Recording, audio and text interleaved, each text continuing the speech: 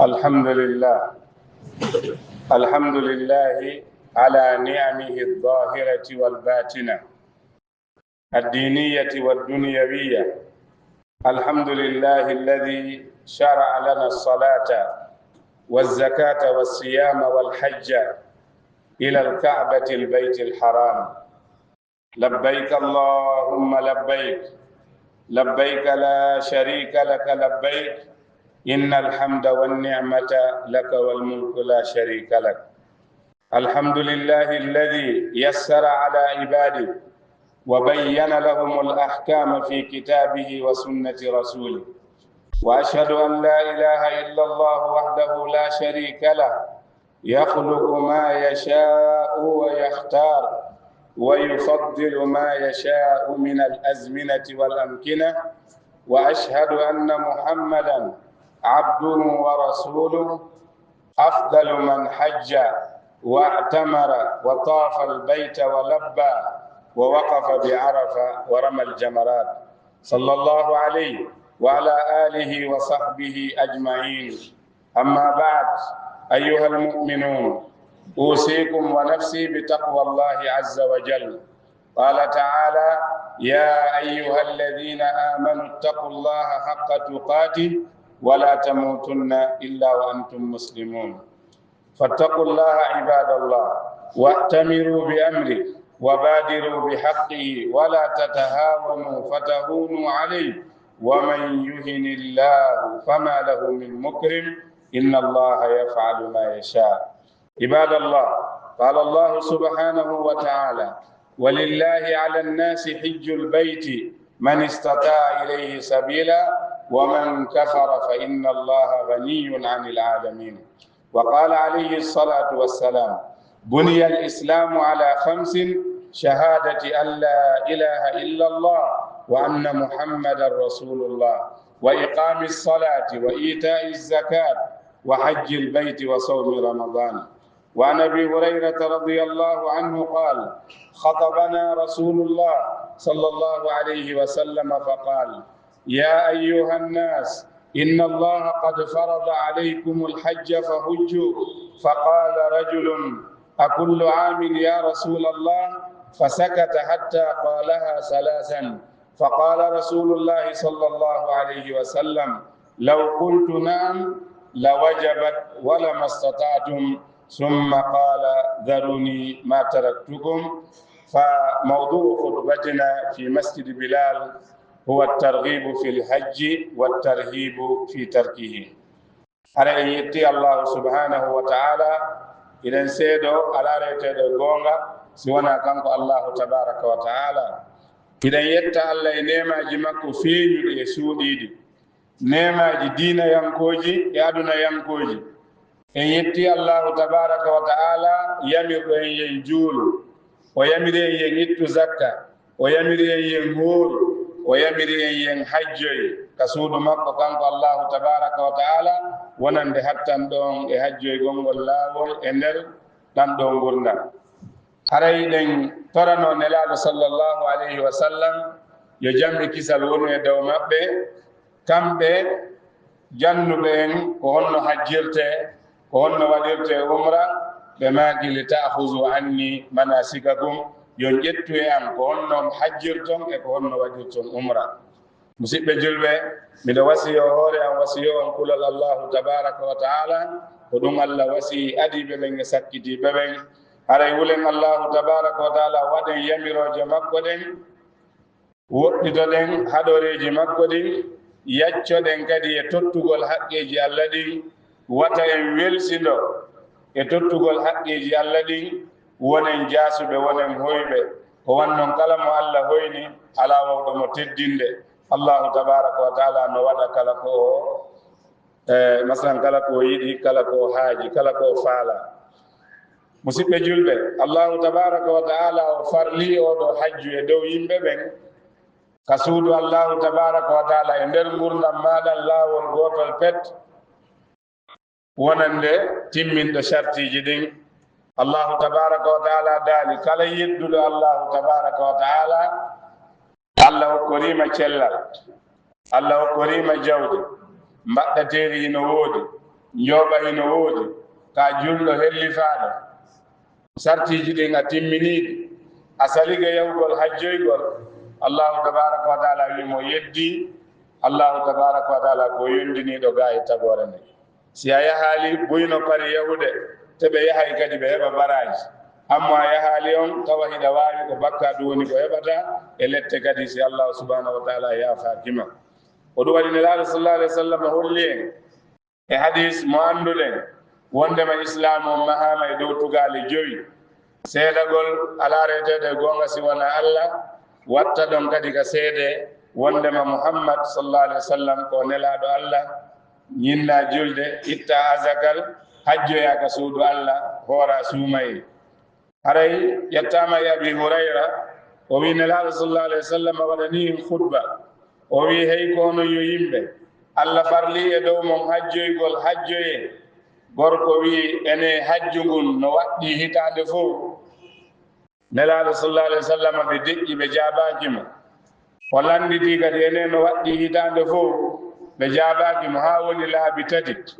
nelaɗo wi simi wino eyi no waɗɗi waɗɗotono te on wawatano no woodi wuroɓe ha mayata ɓe wata yewde makka en yi joni enen no woɗɗirɗen makka ko yoɓete kon hino seeri ko million ji e leyɗele goɗɗe goo enen ɗo half million on joni e ɗum noon a tagay ɗon si fokkitaɗo maslan e nder Gambia ɗo nelaɗo maki simi innuno eyi waɗɗotono te on wawatano wallahi nelaɗo maki kami hatti maslan kami hattinani on ɗon kami acci on ɗon dare foton ɗon lande goɗɗe goo ko yaltinayde probléme kono ganna ɓuysande yallah julli senen ndiɓi sallallahu alih wa sallam bimana hande ko lerɗingol fi yawgol hajju wonande wawɗo e hulɓingol kadi fi mo allah subahana taala newnani fi yawgol hajju si tawi woni o yahali hajju aray kamba e molanaɗo hino ɗon en yiyay ɗum e oɗo khutba inchallah kono ñu ngi sant yàlla ci ay xéewal yu nga xamante ne daf ñu ko jox xéewal yu feeñ ak xéewal yu nëbbu ñu ngi koy sant yàlla subhanahu wa taala yàlla moo ñu sant ñu julli ñu dindi asaka ñu oor ñu aj makka ki nga xamante ne mun na ko kon ñu ngi sant yàlla ci loolu gannaaw loolu maa ngi dénk suma bopp di leen dénk ragal yàlla subhanahu wa taala te di taxawee tamit ay santaane yàlla te ñuy góorgóorlu di gaawantu di def lu nga xamante ne moom la ñu yàlla santaane buñ ci yéexantu yàlla subhanahu wa taala dafa faratal aj makka ci kaw jullit ñi ci sa dund bi benn yoon su nekkee ne nekk nga jullit nga nekk mukallaf nga nekk borom xel nga moom sa bopp nga am lu ngay demee nga am yóbbal te yoon bi tamit fekk dafa óolu comme plane nii wala su nekkee moto wala su nekkee ne métro ñi nga xamante ne jegeñ nañ makka yooyu condition yooyu soo amee demal si sa dund bi yëpp benn yoon aj farata bi benn yoon la waaye yàlla ne ku nga xamante ne xeewal naa ko am na condition yëpp mu bañ a dem ngir naylu nga weddi yàlla ne yàlla dafa doyloon bindoo fi yàlla soxlawul si ñun dara yow soo demul am na ñu bëri ñu pare dem te soo demul tamit yàlla dumal comme nu jullit waree nii noonu la aj makka waree moo tax yeneen bi sallallahu alayhi wa sallam mu ne ñu islam ñu ngi ko tabax ci juróomi ponk bu njëkk bi mooy ñaari seede ne amul benn buur bu ñuy jaamu ku dul yàlla nga seede ne tamit sang bi jaamukat yàlla la te yàlla subhanahu wa taala moo ko yónni ñaareel bi nga saxal julli ñetteel bi nga dindi asaka su nekkee ne yàlla may na la alal mu mat nisaab nga oor weeru koor su ñëwee su nekkee ne yaa ngi wér condition yëpp mu mat ak tamit nga aj makka si sa dund bi benn yoon soo ko mu ne islam ci ponk juróom yi doo saxal julli nga ne doo dem makka te nga mun ko duñ la ko nangul moo tax tey suñ topic bi mooy yaa encourage nit ñi di leen xiiral pour ñu dem makka te tamit ñu won leen ne woo nit mu ngi fa képp ku nga xamante ne condition yu ma wax nii am nga ko ba pare nga nay nga ne doo dem punishment mu ngi lay xaar yàlla nañu yàlla musal ci loolu moo tax yeneen bi sallallahu alayhi wa sallam dafa ne ci hadis Abi Hurayra mu ne yonent bi sallam mus na def xutba mu ne yéen nit ñi yàlla faratal na si seen kaw aj Makka dem leen ngeen aji am benn góor bu jóg mu ne ndax aj Makka dafa war at bu nekk yonent bi sallam noppi tontu ko mu bamtuwaat tamit yonent bi sallam noppi tontu ko ba mu mat ñetti yoon yonent bi ne su ma waxoon waaw dina war si seen kaw te doo leen ko mun c'est rek léegi ku nekk ne $500,000 $600,000 soo moytu $700,000 dem Makka bi lu ngay jëndee ticket ak sa yóbbali ak yeneen visa yi ak lu si aju suñu waxoon ne lii every year la même borom alal yi sax dina doon diis si moom sakantuma ñi ko amul am na ñuy dund ba gaañu fekk duñu mën a am jot pour dem Makka duñu ko am yéen di sallam ne su ma waxoon waaw dina war te doo leen ko mun kon aj alhajju marra fama zada fa huwa tatawu hajju waɗɗi ɗon ko nde wootere ko fawi ɗon o haray ɗum ko naafila aj bu war bi mooy benn yoon si sa dund loo si yokk rek naafila bañuñu ko nag yokk naafila bi tamit soo ko munee dara nekku ci incha allah yéen bi sallam mu ne fu ma leen emloo em leen fa bu leen passé foofu yeneen laajte yi dafay indi problème ngir ne kii su yéen sallam su ko tontu woon ne ko waaw dina war si suñ kaw te duñ ko mun kon ñu ngi sant yàlla di ñaanal yonent bi sallallahu alayhi wa sallam ki nga xamante ne tontuwuloon sahaaba bi mu ne ko waaw kon ñi nga xamante ne demaguñ yal na leen yàlla yombalal pour dem إخوة الإسلام متى استطاع المسلم وتوفرت فيه شروط وجوبه وجب أن يؤجل بأداء فريضة الله فيه ولم يجوز له تأخيره ولا التهاون فيه يقول الشيخ ابن باز رحمه الله من قدر على الحج ولم يحج الفريضة وأخره لغير عذر فقد أتى منكرا عظيما ومعصية كبيرة فالواجب عليه التوبة إلى الله من ذلك والبدار بالحج ويقول النبي صلى الله عليه وسلم تعجلوا إلى الحج يعني الفريضة فإن أحدكم لا يدري ما يعرض له وقال صلى الله عليه وسلم من أراد الحج فليتعجل فإنه قد يمرض المريض وتدل الضالة وتعرض الحاجة مصيبة جلبة تدبت كلا وودو إي شرطي جدي وول دندا لتمي إما وقتك ما حجو يقول جولي نوم إنما إندل ولندن كنت ووتر وقتي joni ne yomi hajju hikka walla mi accu ko arata walla mi accu ɓaawo duuɓi joyi walla mi accu ɓaawo duuɓi sappo ɓaya anndi e nder ngurdam maɗan ko nde wotere bi mana ko farilla kono ko farilla waktu ka waɗeteɗon no yaaji hara no gonɗum ɓuri moƴƴude ko yawnugol waɗa koɗol wonnongol ka dande ma ngol taƴangol itta ko ɗum ɓuri laaɓude sabu honnum sellantama ka nenna walla welsiloɗa e mum cheikh ibnu bas o wi kala hattanɗo hajjoygol o hajjoyaali hajju farilla on o nennimo tawi o ala ngantu haray go waɗɗon gon ko bone moolanaɗo haray go woppugol allah non no waɗɗimo tuubugol o yacco o yaha o hajjoya ko ɗum ɓuri laaɓu hikkayɗa wuuri komboye men anndi sey ko arata tawaylan walla tawete hikkayɗa jogii kombo anndi ndin jawdi ɗon tawa hiɗa wonde e mayri haa ko arata hikkayɗa selli kombo anndi cellal mangal tabitay haa ko arata ko ɗum waɗi woɓɓe a innayi ɓe waɗu ɓe inna nden ino tension ji ɗin ka waɗa ɗo goɗɗo fit ngoya sengo fof ma tawa wata memminaa o wawno hanki ko mo wawi ɗum joni paralyse ɗo no wawi yewde makka inon fewdo jogiɗa wawɗa selluɗa yahu hay goto anda ko arata ko ɗum waɗi nela sallah sallam ɓe maaki yacce yahon hajjoyo bimana hajju farilla o goto e mom anda ko fallotoɗum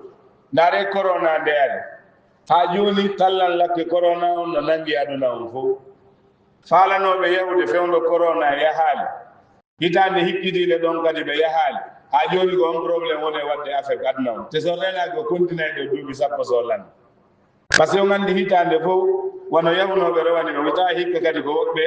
e paruno yahugol joni noon duuɓi ɗiɗi ɗo gandi hajjoyanoko ko on probléme duuɓi ɗiɗi ha joni ko on wadde affect ɗo ni sa falama hajjude ko arata ko joni wersata mbuɗi maɗi ɓe nattinama ka laañ sa wiɗo accay ha ɓatto yaha ka yawɗa woɓe innete heewi on probléme corona ha joni ko woni wadde affect aduna itan komboye men anduno corona ara e ɗi guereji wonɗe waɗude ɗo fitna hakkude Amérique e Iran hikka buy faalanoɓe yawde umra woɓɓe ɓe heɓi probléme ngalawol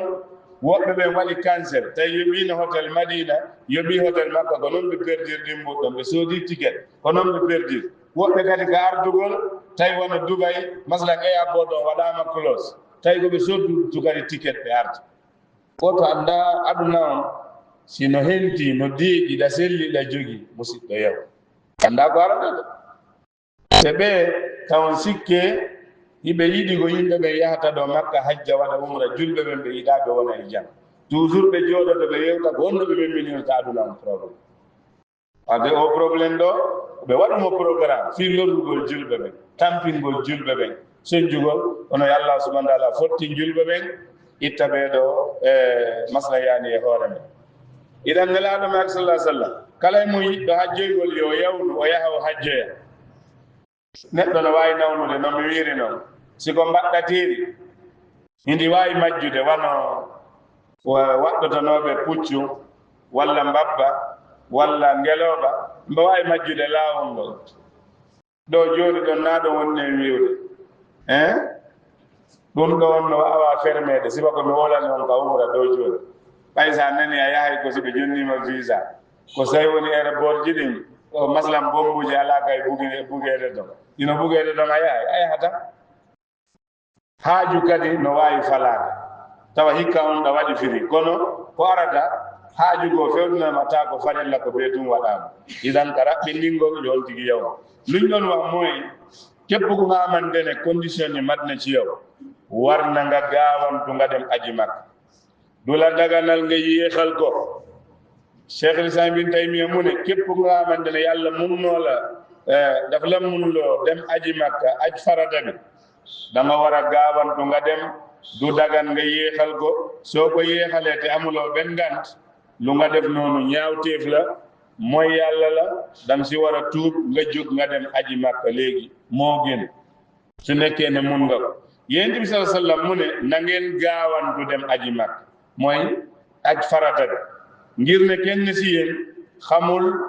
gàllankoor bu nga xamante ne moo koy dab moo koy xamul ban gàllankoor joxe naa fi misaal corona kenn defuloon programme corona dinañu gis nga ñaari at yu ñu demul aj noonu moo affecté aduna bi yëpp te lii dina continuer moo daan 10 years dina affecté ngir ne ñu waroon dem bésu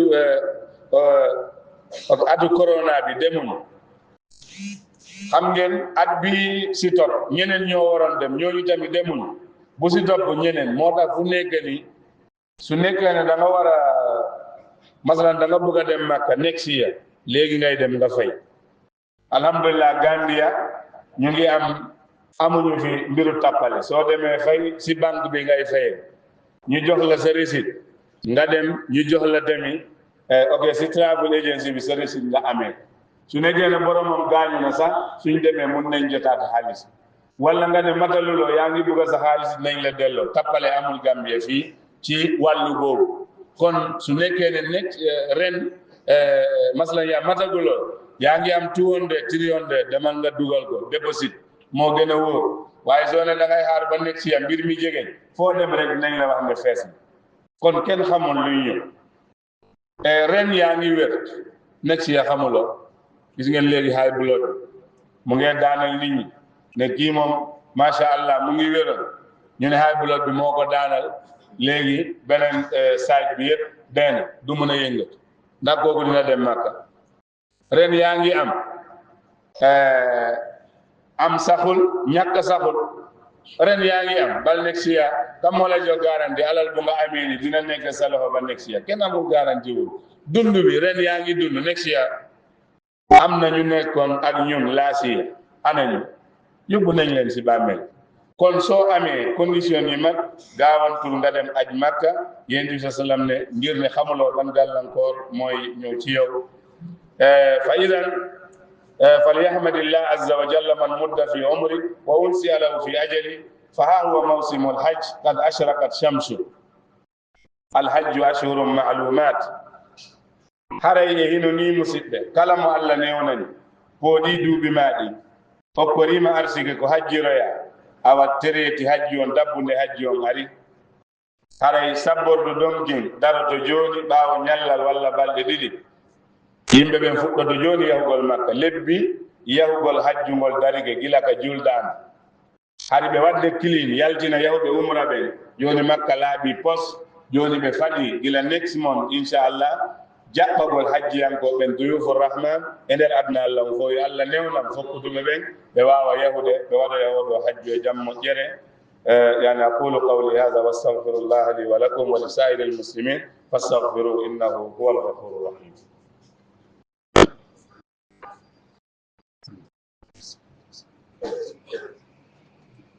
الحمد لله والصلاة والسلام على رسول الله نبينا محمد وعلى آله وصحبه وسلم تسليما كثيرا. أما بعد، قال عمر بن الخطاب رضي الله عنه: لقد هممت أن أبعث رجالا إلى هذه الأمصار فلينظر كل من كان له جدى ولم يحج فيضرب عليهم الجزية ما هم بمسلمين ما هم بمسلمين.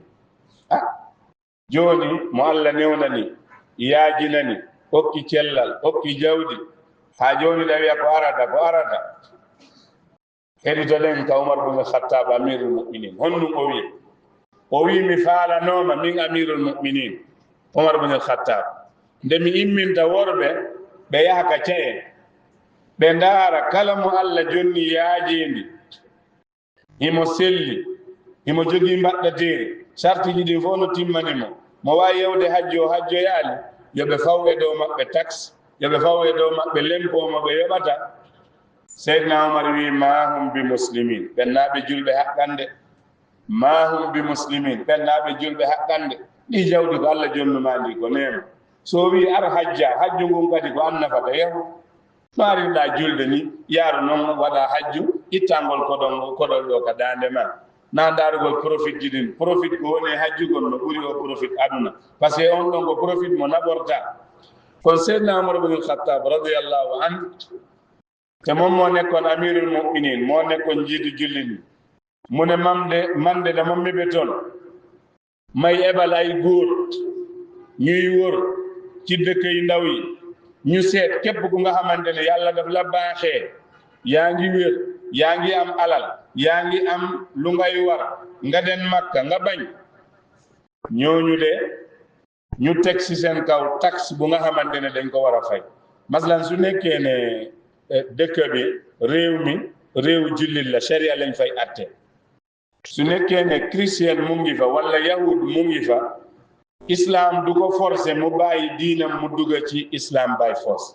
waaye sharia islam dafay teg ci seen kaw taxe bu ñooy fay jullit ñi at bu nekk.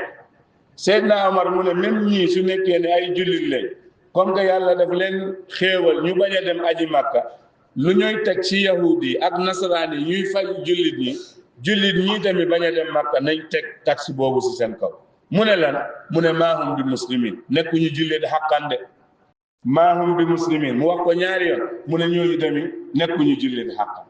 ñu dem si Ali ibn Abi Talib mu ne man qadara ala alhajji falam yahuj fala alayhi an yamuuta yahudiyan aw nasraniyan. Ali ibn Abi Talib dam mu ne képp ku nga xamante ne yàlla daf la baaxee yàlla daf la xéewalee nga mun a dem aji Makka nga bañ a dem su la neexee nga dee comme nu yahud di dee wala nga dee comme nu nasaraan di dee xam nga boobu tamit serious warning la. Seydina Ali kadi o wi kala hattanɗo hajjoygol o sali hajjoyde si a faala mayno alyahuda mayirtana andi noon nandinede alyahudi julɗo ɗum ɗon ko kambawol moolanangol walla maya no annasarajo o mayirta noon yalla dandu e mayigol no annasara mayirta ɓay ko jangueten ko ihdina sirata almustaqim sirata alladina an'amta alayhim gayri almaghdubi alayhim wala ddallin. yalla dandu en laawol alyahud yalla dandu en laawol annasara. si goɗɗo no nandintinima ya mayir no yahudiyanke mayirta walla no nasaraniyanke mayirta haray ɗum ɗon ko kambawol moolanangol woni ɗon musidɓe julɓe tedduɓe. haray ɗi intérêt ji aduna ta haɗu en yawgol makka si tawi woni ɗen waawi. hunaka fadail lilhajj inna fadla alhajji adim wa ajruhu kabir wa huwa yajmau bayna alibadati albadaniya walmaddiya wal ahadith bi fadlihi adimun. haray ɓural e baraji ko woni e hajju ina mawni hajju no moɓidiri dewal ɓanduyanko e dewal jawdiyanko mi mana itta e mbuuɗi ma ɗin sooda ticket mbuuɗi yalti kono ɗum ɗon yonata ko ya yew kadi waɗa ɓandu ma no wangoɗa suudu kaaba ndu yaha ɓaawo maqam ibrahima juula darde ɗiɗi doga hakkunde safa e marwa yaha mina yaha arafa yaha musdalifa weddoyoɗa jamarat hirsa idan ɓandu ndu gollay mbuuɗi ɗin kadi yalta ɗa rewirde allah mbuuɗi ma ɗin ɗa rewirde allah kadi jawdi ma wandi asagal ko dewal allah rewirtegal jawdi ɗum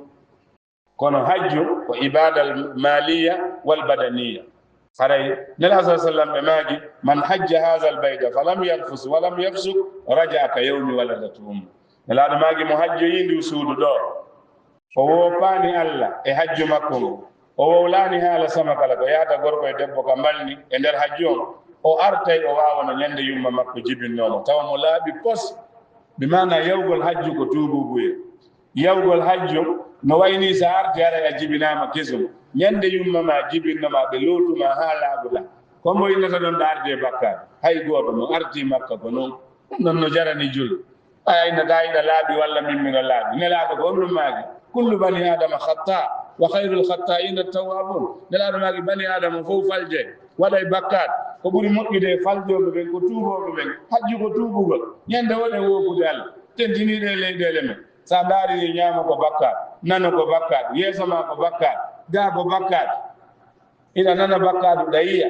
ina yewgol looto ha laaɓa pos arta wawano ñande yumma mum jibinno ɗum ko hunde moƴƴude yo allah subahana taala newnan ɓe yahaali ɓen allah subahana taala newnana ɓe fokkutuɓe hikka ɓen e aduna on fof allah naɓuɓe e jam hewtunoyeɓe jam ɓe wawa wadde ko nawi ɓe kon ɓe arta kadi ɓe tawtan e jam amin ya rabbal alamin نلا رسول الله صلى الله عليه وسلم أي الأعمال أفضل قال إيمان بالله ورسوله قيل ثم ماذا قال جهاد في سبيل الله قيل ثم ماذا قال حج مبرور نلا صلى الله عليه وسلم بلاندا نوما غولي جيدين فو دبeden fo ko non buri moddide be wi ko gondingol Allah gondina nelaado makko tawhid be wi si don feƴƴi nelaado maagi wadugol jihad fi sabilillah be wi si don feƴƴi nelaado maagi hajjul mabrur hajju digganaado Allah al hajjul mabrur laysa lahu jazaa'un illa al janna hajju jabaado ko ala joddi si wona al janna ko yahatano wada heba al janna dum e ngandina sama kala wono kon ngenel aj makka ak def umra barina reyna yentu sallallahu alaihi wasallam mune képp ku aj néeg bii mooy makka am na léegi ñuy defar lu mel ni kaaba gi ñu koy wër ñooñu dañuy caaxaan amul benn néeg bu ñuy wër ci aduna bi lu dul bii nekk mag même Madina jàkka yeneen bi sax duñ ko tawaaf duñ ko wër diina bi du diina caaxaan ñenn ñu ne balaa ngay dem Makka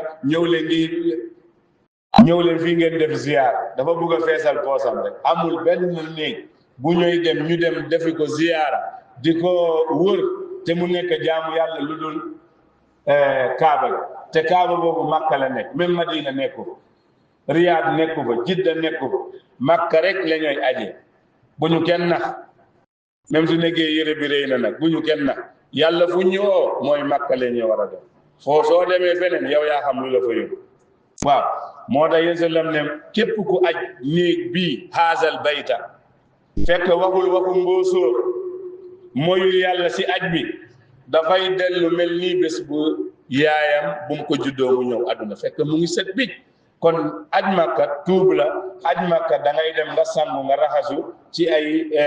bakkaar yu nga xamante ne yaa ngi ko amoon te am naa bakkaar am nga bakkaar yéen bi sallam mu ne bépp doomu aadama ñuy ay defkat bakkaar la lu gën ci ñii di def bakkaar mooy ñii di tuub di dellu ci yàlla subhanahu wa taala yéen bi sallam tamit laaj nañ ko ne jëf yi ban moo gën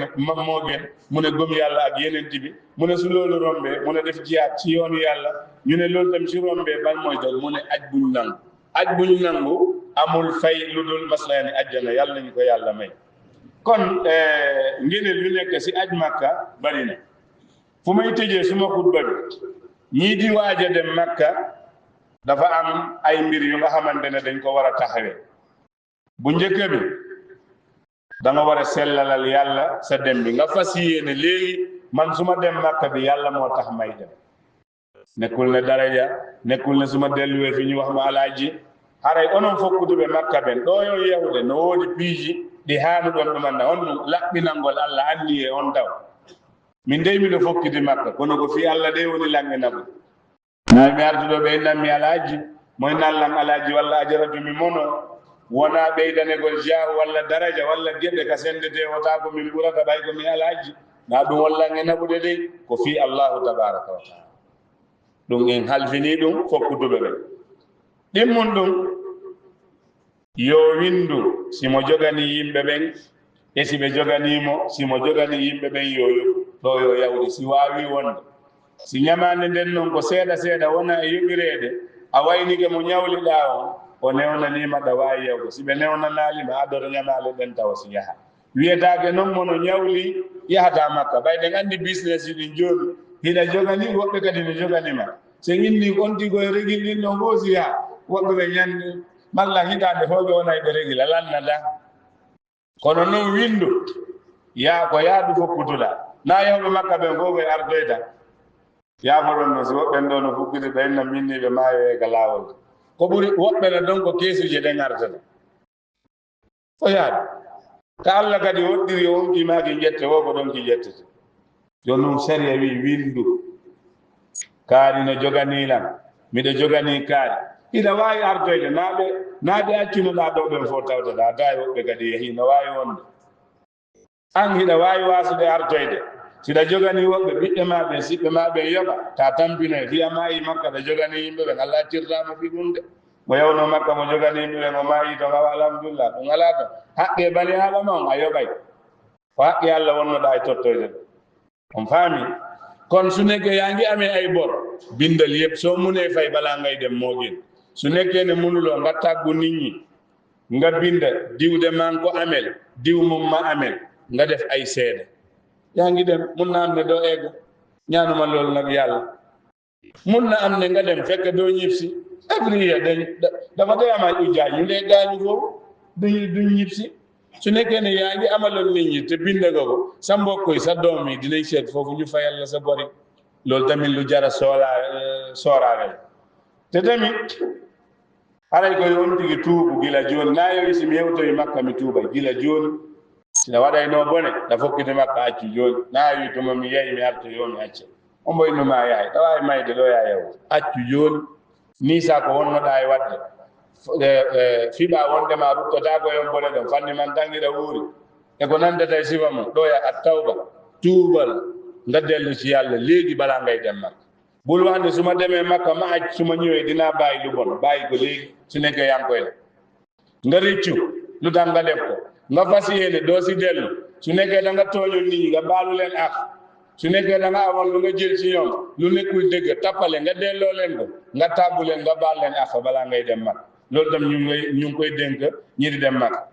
te tamit kuy dem makka na nga tànn alal bu set yàlla ku set la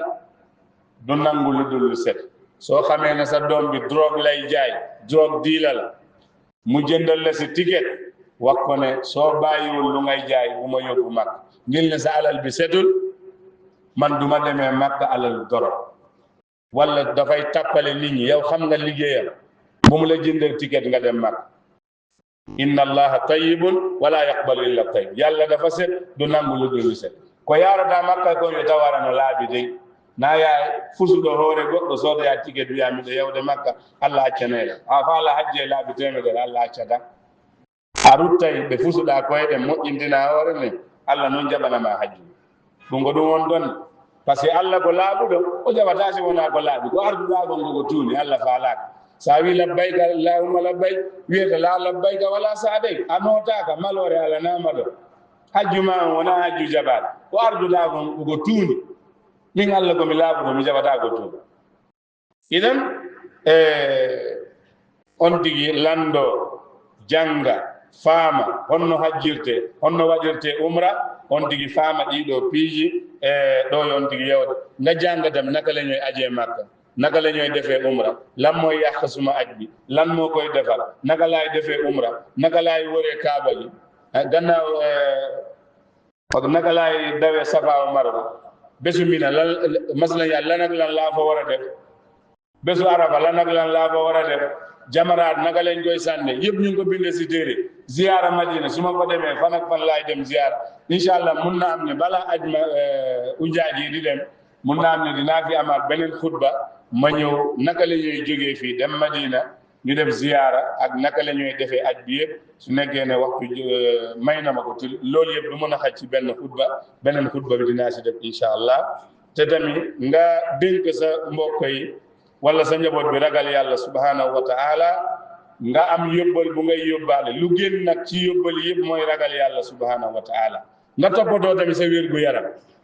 soo demee docteur bi ceg la ñu ne la yaa ngi amee high blood wàññil xorom wàññil de soo wàññiwul soo moytul doo dem mag di ko sa presse bi su yégee nga su demee ba mu haay nga daan fooy jëm docteur yi tamit ñoom tamit am nañ cër si aj bi yàlla moo leen dénk foofu moo tax kuy dem da nga war a am yaani medical certificate buy wane ne yow yaa ngi wér léegi nag wér 100% mun naa ne wax ne benn ñoo ko am kon ñenn ñu ngi amee sukkur ñenn ñu ngi amee high blood bàyyi lii wàññi lii advice docteur bi jàpp ko de saa yeey docteur wi ji yammaɗan acculanɗan accugo weli sa accani a yata makka ɗo par ce que si a accali ko docteur on haɗuma ko ƴiƴa maɗan jawi a yani honto yaata idan cellal ngal man istata ilayhi sabila haray toppitoɗen ko wiyete cellal ngal kon yooɓoɗen kadi ko ɓuri moƴƴude ko yooɓete kon fof ko kulal allahu tabaraka wa taala haray ɗi guereji wonɗi e waɗude yo allahu subahana taala ñifuɗi ko waɗi noon si ɗi ñifaali ɗiji buy wawata yahude si wonay kadi e sattede buy kadi ara hen e yifen ɗo essence on gasoil on na gambiya ɗum aduna on fof o gueɗe ɗo waɗi affaire aduna on fof te si tawi woni o accali probléme hajju no umra on heɓiri probléme hajju on no wawi heɓde probléme yo allah dandu yo allah subahana taala ɓuttin aduna on wawa hawridinde julɓe ɓen gambiya ɗo kadi allah subahana taala hiwa en ɗo e